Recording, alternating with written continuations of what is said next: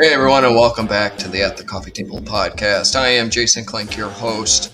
This is episode 83 of At the Coffee Table podcast, and I appreciate you, or any of you that are joining me here today.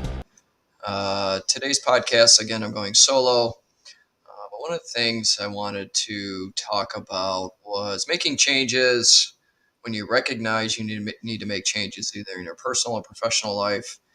And how do you make changes when you really don't know where to begin?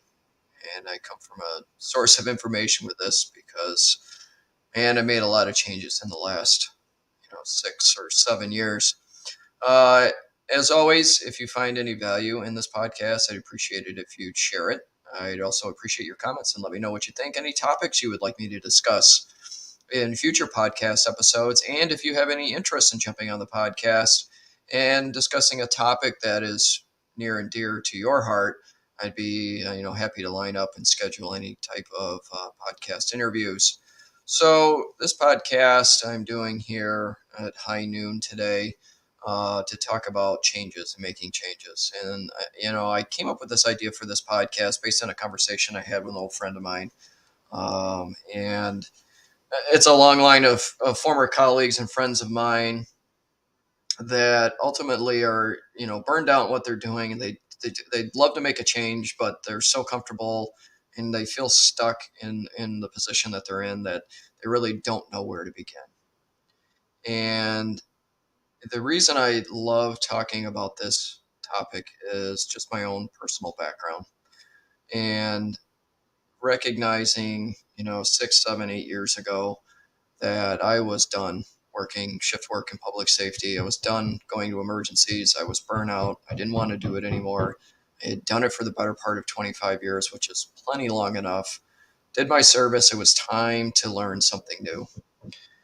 And, jumping into real estate like I did and taking that course and learning something other than public safety was a catalyst to this podcast. It was a catalyst to everything that I do now. It was a catalyst to getting a real passion for consulting, coaching, mentoring. Real estate and the real estate business is a lot of fun for me. It's a lot of hard work. But coming from a place where I didn't know anything about business, I didn't know anything about real estate, and had to do this independent learning in order to learn new skills, to get a new knowledge base, because all of my skills and knowledge base were based on those 25 years of public service and the fire service at 911. So it was, really expanding my horizons, getting out of my comfort zone, and starting to learn some new skills, some knowledge, skills, and ability that will ultimately, because and just to back up, what I was doing for the longest time was just submitting application after application after application. And realistically, all it said was I should be working shift work in public safety. I had no other practical skills. I had a college degree that was fire service administration that looked pretty on my wall, but really can't use it outside of public safety. Once I started learning about business and learning about real estate and gaining some sales skills based on real estate, that opened up a lot of other doors to other opportunities. And it opened up doors for opportunities with vendors within public safety because I could still use that experience, but having the additional experience allowed me to fit better in other positions. If you're sitting there, and like I said, this is based on a conversation I had with an old friend of mine that is just tired of doing the public safety work that he's doing. And I'm like, man, there's a lot of opportunity out there. You just got to go, you got to find it. You got to look for it. You got to throw as many lines in the water as you possibly can. And, I recommend to anyone that's trying to find something new is to, you know, jump on LinkedIn and start networking like a fiend and seeing who you can connect with and who you can have conversations with. And maybe it's somebody within an industry that you're interested in. And if you're leaving an industry like mine, like public safety, there's plenty of vendors out there that support public safety. And a majority of them have positions open all the time.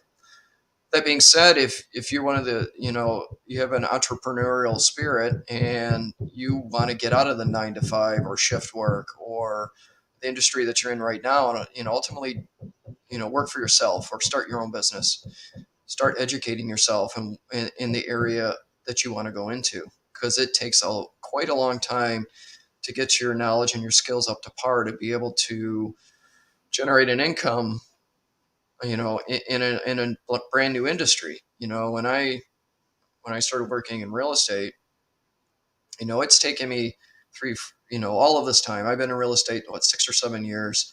And within the last year or so, my business did a switch. It did a switch from a lot of lead generation and trying to get new contacts and new conversations, new clients, to getting referrals from past clients, from friends and family, seeing me out there doing work as a real estate agent. Now that I've entered into coaching and consulting in that space, now I have to start all over again, trying to do that lead generation to ultimately get new contacts, new conversations, new clients, in order to get better business and more business down the road based on work that I'm able to complete up to that point. So as you can see, it's all a process. But you have to get out of your comfort zone. I've said it a million times, and that's not original by any point, but getting comfortable being uncomfortable and learning new things and stretching yourself out and taking leaps of faith into something that maybe you're not too sure about, but it could be the best decision you've ever made. I went back to my former employer not too long ago at the 911 center, and a lot of joking around of, you coming back, you're going to come back to work, and no, you couldn't pay me enough money to go back to shift work.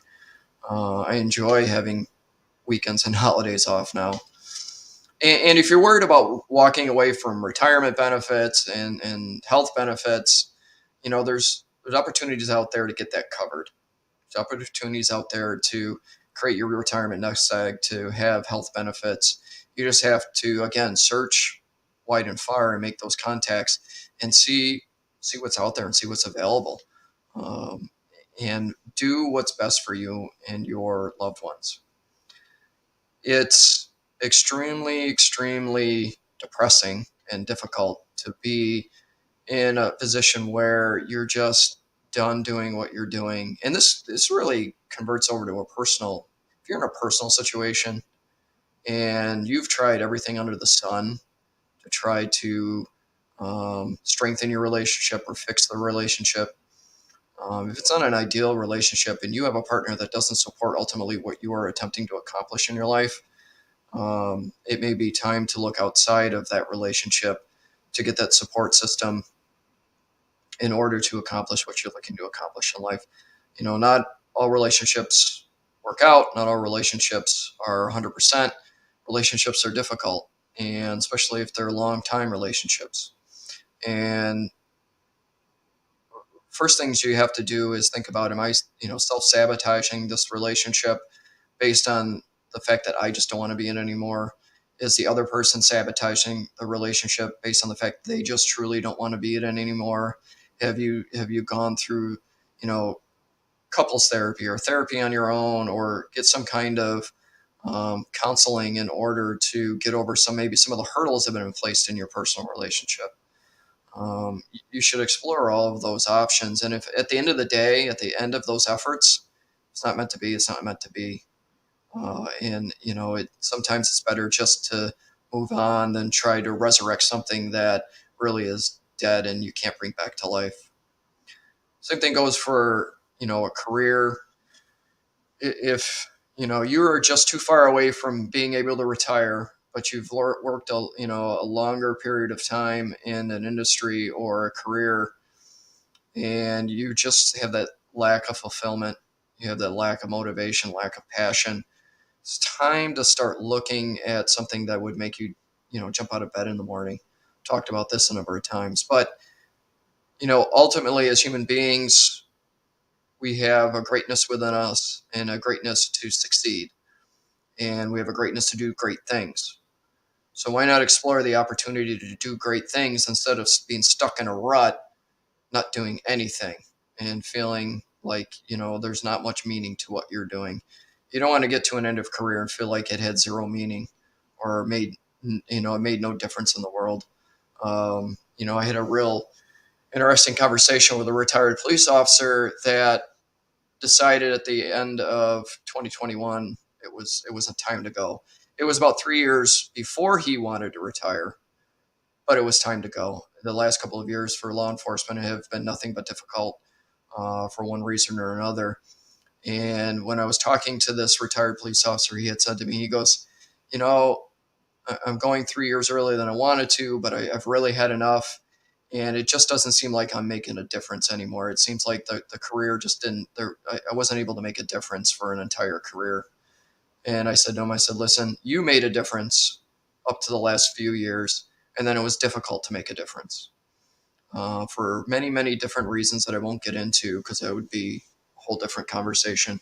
But just knowing that industry and knowing the department that this officer came from, the last 3 years were made very difficult for the officers to be successful, for the officers to make a difference, even though for this gentleman, he made a difference for a good 20 years.